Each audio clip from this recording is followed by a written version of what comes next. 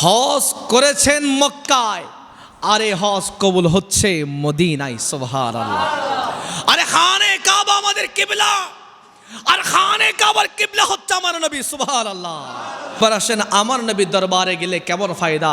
আমার নবী রাসূলুল্লাহ সাল্লাল্লাহু তাআলা আলাইহি ওয়াসাল্লাম বর্ণনা করতেছে, আন্নাহু ক্বাল মান যারা কবরি ওয়াজাবাত লাহু শাফাআতি, যে ব্যক্তি আমি আল্লাহ আমি রাসূলের রওজা মুবারক জিয়ারত করলো, মান যারা কবরি, যে ব্যক্তি আমি রাসূলের রওজা মুবারক জিয়ারত করলো, ওয়াজাবাত লাহু, তার জন্য সুপারিশ করা, ওয়াজাবাত লাহু শাফাআতি, তার জন্য সুপারিশ করা আমি রাসূলের উপর দায়িত্ব হয়ে যায়, আমি রাসূল তার জন্য সুপারিশ করব। সুবহানাল্লাহ।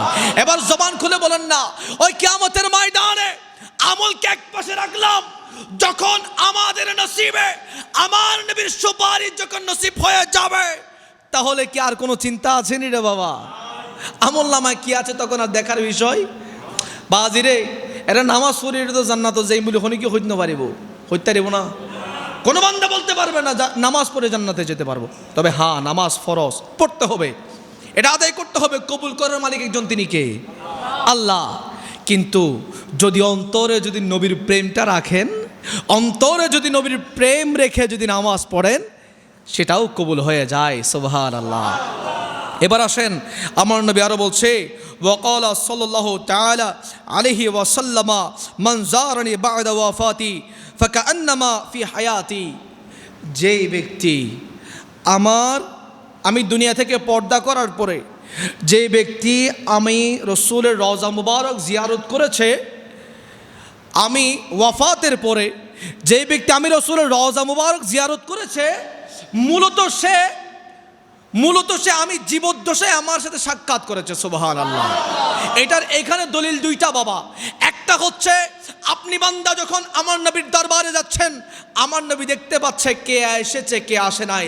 আর দ্বিতীয় নাম্বার হচ্ছে আমার নবী রওজা মুবারকে জিন্দা, আমার নবী বলেছে সে মূলত আমার সাথে সরাসরি সাক্ষাৎ করলো, তার মানে আমার নবী সশরীরে জিন্দা, আমার নবী রওজা মুবারকে আছেন, কিন্তু আমাদের চোখ নাই আমার নবীকে দেখার। ঠিক কিনা বলেন না?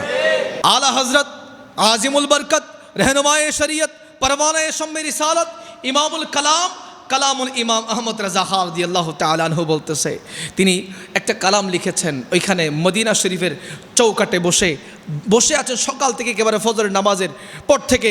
তিনি মদিনা শরীফ গিয়েছেন মূলত আমার নবীকে সশরীরে দেখবে বলে। সুবহানাল্লাহ। এবার তিনি সকাল থেকে ওয়েট করছে আমার নবীকে কেমনে দেখা যায়। একটা কালাম লিখলেন, वो सुवे लाल हजार फिरते हैं तेरे दिन है बहार फिरते हैं। सुबहानाल्लाह। তিনি ওয়েট করতে করতে একেবারে শেষ পর্যায়ে তখন তিনি বলতেছে, এই আহমদ রাজা, তুমি কে হয়েছো তোমাকে নবী দেখা দেবে?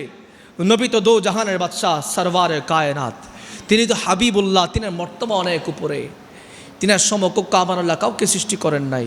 এই আহমদ রাজা, তুমি কে হয়েছো তোমাকে যে নবী দেখা দেবে? এভাবে বলে তিনি একটা অন্তরা লিখেছেন, তুঝসে কুত্তে হাজার ফিরতে হ্যাঁ, তুমি নবীর দরবারে এসেছো, তোমার মতো অনেক গোলাম নবীর দরবারে এসে চলে যায়, তুমি কেমনে নবীর দেখা পাবা? ওয়াল্লাহি এই কথা, এই অন্তরাটা লিখার সাথে সাথে আমার আহমদ রাজা খান রাদিয়াল্লাহু তাআলা আনহুকে আমার নবী সশরীরে সাক্ষাৎ দিয়েছে। সুবহানাল্লাহ।